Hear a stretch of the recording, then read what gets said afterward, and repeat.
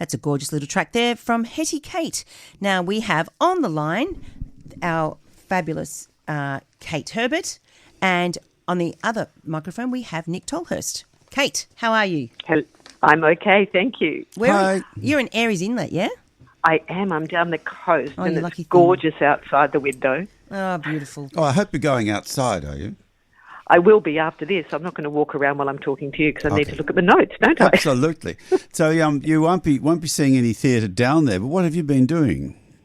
Well, I've been looking at the new La Mama program for 2026, Nick and Phillipa, and I did I've looked online, an on-demand show, so I'll let you know what's currently playing.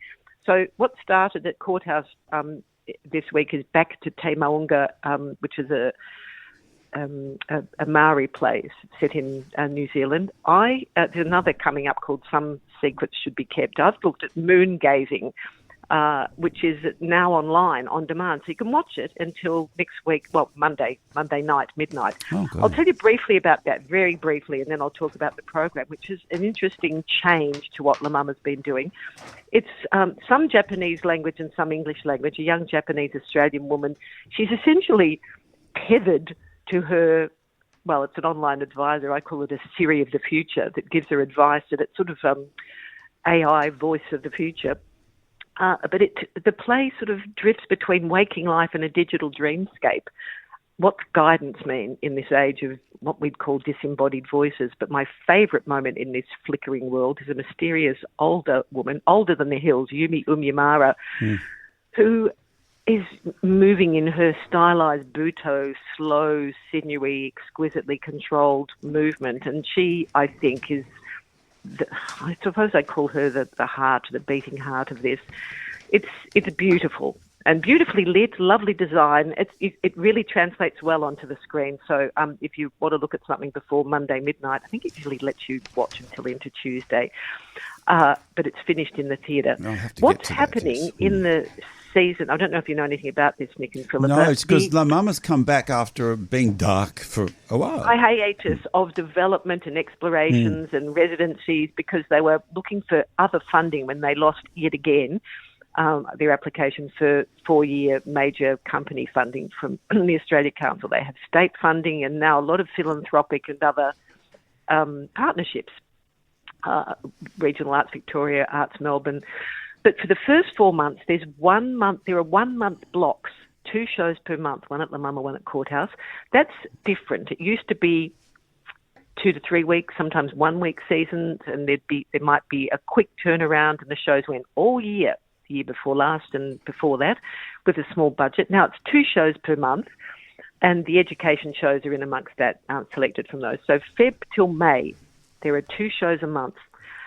That's full production, the Mama version. And then after that, June to August, we get all those explorations, what they call play, scratch, explorations, immerse. And they're all slightly different. So 3 nights, quick turnaround, support by Cybic Foundation and trusts and various other things. So that sounds pretty interesting too. Then, any questions on that bit so far, team? No, it's sounding great. It's this is they came. It's a bit of a Phoenix Rising episode here, isn't it? It is. Yeah. Because it could have fallen over. The audience could have completely disappeared. But La Mama, apart from the fact that it owns its building after the fire, I think you've heard my story about the fire.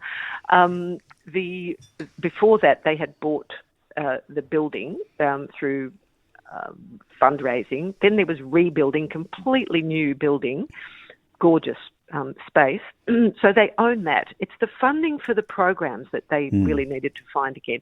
So it's been very creative. Caitlin Ballard has found, the artistic director and her team have found some really interesting ways and partnerships. So after that scratch explorations immerse, June, July, August, come the partnerships. And this is where it changes from La Mama's productions.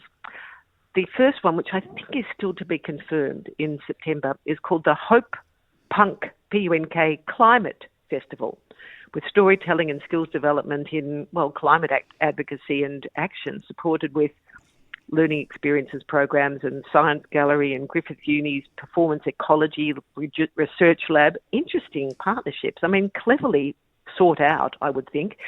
So hopefully that will go ahead.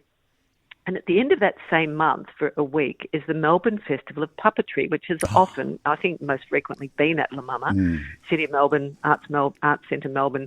So that's a shorter season, but a whole lot of puppetry, which is something that we don't see a lot of in main stage. Well, in some of those big overseas productions like Warhorse, etc., we see giant puppets. But one of my favourite memories is of visual theatre, puppet theatre, manipulated, is hand-span theatre. Yes. Legendary. Particularly legendary, absolutely. Cho-Cho San I'm still singing the songs from it and seeing the visuals, and I look at it occasionally on Memories. Look it up, Cho-Cho San. We've got 30 seconds, Kate. You've got. Oh, okay. Melbourne Fringe, October.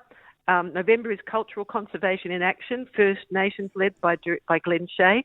And the last month is called Faradays, and it's a party month of music, poetry, cabaret. Take over Carlton. Good on the Mama. Makes it a Christmas. Yeah. Yeah, good on them. back. And it sounds like it's been reinvigorated, and that's what we want to see. Absolutely. Thanks, Kate. You've been listening to Arts Weekly on 3MBS.